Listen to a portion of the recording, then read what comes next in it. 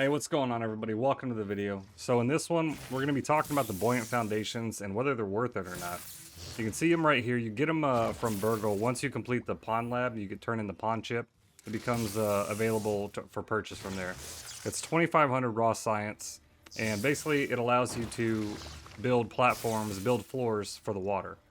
You can see the requirements right there: 3 eelgrass, 2 silk rope, and 2 berry leather. Now, I always figured that these were pretty expensive, so I never really used them. So I said, hey, let me try them out and see if there's any perks to it. Because I know the negatives, but I want to see if there's any positives to it. So we'll get over here and show you guys what we've got going. Because the way I see it, once you're done with the pond, you're rarely going back there for resources. But I know the game is not finished yet, obviously, so we're probably, more than likely, going to get some advancement into the pond. Obviously with the lab under the pagoda, and then the upper area of the pond as well, which may be coming this year. We'll see. So what I've done is, to get the resources over there, because it's kind of a pain in the butt, is I just built a zip line right here using the bee stinger, and then put one on top of the base over there. You can see it. So I just gathered all the stems here. There's a lot of stems, obviously. The only thing you have to worry about is the orb weavers that are over there, and then the wolf spiders that are going to be patrolling this area. So let's go see what we've done. Now I kind of wanted to put it right in the middle of the pond.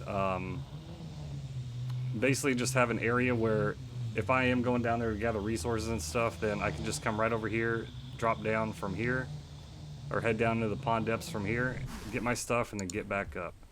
So let me just start down in the water here.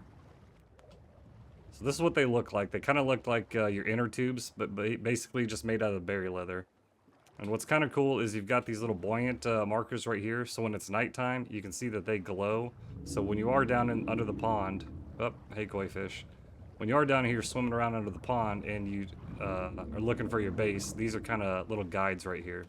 So we just built a little square one right here, and then we basically just have all the basic necessities of a normal base. We've got our workbench, smithing station, we've got storage, we've got our water gear. So we have the bubble helmet, and then our fin flops, and we just have a spider fang dagger down there to collect resources, eelgrass and stuff like that, and that, as well as to fight off any diving bell spiders. So we made it a little cozy. You see here, we've got our roasting spits, obviously. We do have some pallets in here too, so when I do bring resources over, if I need them for anything, then they're just extra. We've got our oven, we've got our grinder, we've got 4 spinning wheels. You know, just the basics that you're gonna need for a base. And then since we are on the water, one of the other things I did, we've got our jerky racks, our dew collector, our water container. But some of the resources that you're gonna have to go back to land to get, I just went ahead and put some garden patches up here. So we've got our clover leaves, we've got sprigs, we've got grass right here, and then we've got the toadstools as well. I'm probably not going to be building any more onto this, but I just wanted to see what we could do with the buoyant foundations and see if they were going to be effective or not. So you can see right here, basically when we zoom out from the map, we're kind of right in the middle of everything. So we are pretty close to everything that's going to be coming up here. And then same thing down here. So anything that gets updated, we do still have a base right here in the middle. We've still got one at the Mysterious Machine. We've got a hedge base over here. We've got another base over in the sandbox. And then we're currently trying to build one over here on the stepping stones. But so one of the biggest things, one of the biggest perks or advantages to building on the water here is safety. You don't have to worry about ants coming to try to get your food. You don't have to worry about wolf spiders coming around. Nothing is going to be able to attack you on your base in the water here. And then another thing, it makes collecting resources and everything, having a centralized location in the pond that you can go to and stock up on resources, and then having the zip line that takes you back and forth is a real easy way just to hop in, grab your resources that you need from the pond, and then head back out to whatever you were doing. And then like I was saying too, for future updates, I mean, we can really just build up a zip line right over here and then get over up to the stepping stones that'll take us to the shed. And then if we do end up getting more updates down the road, obviously with the pond over there, the upper area of the pond, we can get over there pretty easily too. Another thing, like I said, is that we are centrally located, so you're pretty close to every resource that you need. We got the charcoal over there, we've got stems, dry grass, grass, and then everything that you typically get over by the oak tree. So your sprigs, your clovers, your flower petals, your thistles, acorns, everything that you're going to need, mushrooms, everything that you're going to need can be found right over there.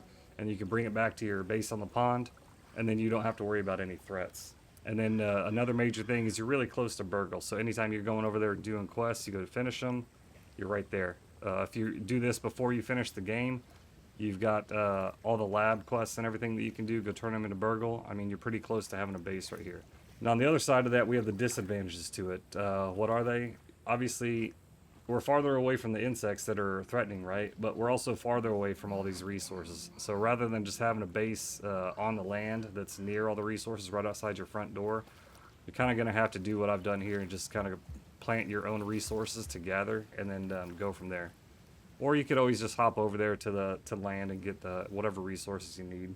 Another thing is, it's a pretty difficult thing. So you have to finish the pond lab before you can even have access to the Buoyant foundations. And then, like I said, just getting the resources over here to build a base on the water is kind of tedious because you have to go get all the stems, you have to go get crude, you have to bring a ton of resources over here, and it's a lot of trips back and forth. So that's another one of the disadvantages. And another one, I guess, is Buoyant Foundations, because you're only paying for one recipe, one schematic, basically. 2,500 raw science just for a Buoyant Foundation alone is a little expensive. I would have liked to have seen them just go ahead and include that into the everything you get from the pond lab, which I think is the curved bases or multi-story bases, one of those, but just lump it into the pond lab. You don't have to have a 2,500 raw science separate recipe just for the Buoyant Foundations. Another one is, obviously because we are in the middle of the pond, you see where the previous updates have been. The sandbox and the trash heap down here, that's relatively far away from the pond. Not too far from the mysterious machine. We are a little bit away from the shed, but we're close yet far, if that makes sense. So to get up there, it's going to take a little bit of work. And then if we do, down the road, get the updates over here, the upper area of the pond and anything over here, if they're continuing that hedge, or even up here in this big field, we're a little bit ways away, not too far. Depending on where your other bases are, this could be a good location or it could be bad. And then the last thing is basically, like, having a base on the pond is cool, but it's relatively only useful when you're on the pond or in the pond doing anything. So a lot of the time, I'm not going to spend over here. Once we get the next update, how often am I going to be hanging out in my pond base? Probably not very often. So is it worth it?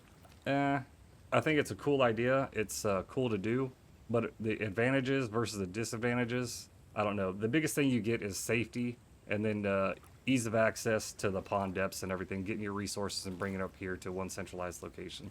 So personally, I'm probably not going to do too much with it. I just thought it was a cool idea, and I wanted to showcase it a little bit and see what you guys think and show you what you can do. But in my opinion, I don't think it's worth it for 2,500 raw science to just purchase one recipe for the Buoyant Foundations. So have you guys built bases on the pond? Let me know. Let me know down in the comments. Have you guys built your big battleships or a big old tower in the water and stuff like that? I'm curious to hear it. So that's all we got for the video, guys. Thank you so much for watching. Make sure you like, comment, and subscribe if you haven't already. And also, double check those memberships, and maybe you guys will like them so you can become an original member of the channel. So, again, thank you guys so much for watching. Stay original, my friends. We'll see you in the next video. Later.